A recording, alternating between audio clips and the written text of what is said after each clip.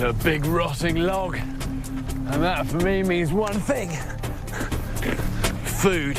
And you'll often get inside of all of this rotting wood these larvae that are feeding off all of this stuff. Here we go. You can have a look at this in here. Come on.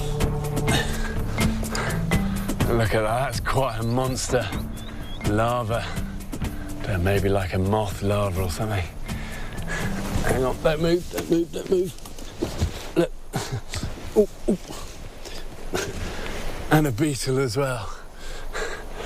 And this is called insect lunch.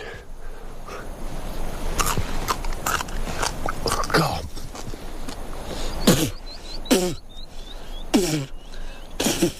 I eat an awful lot of beetles and stuff, but if you get a really sharp, stinging taste, that's probably a sign it's not very good.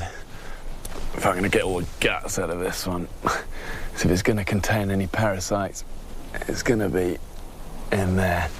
But the rest of this should be fine. God, that beetle's terrible.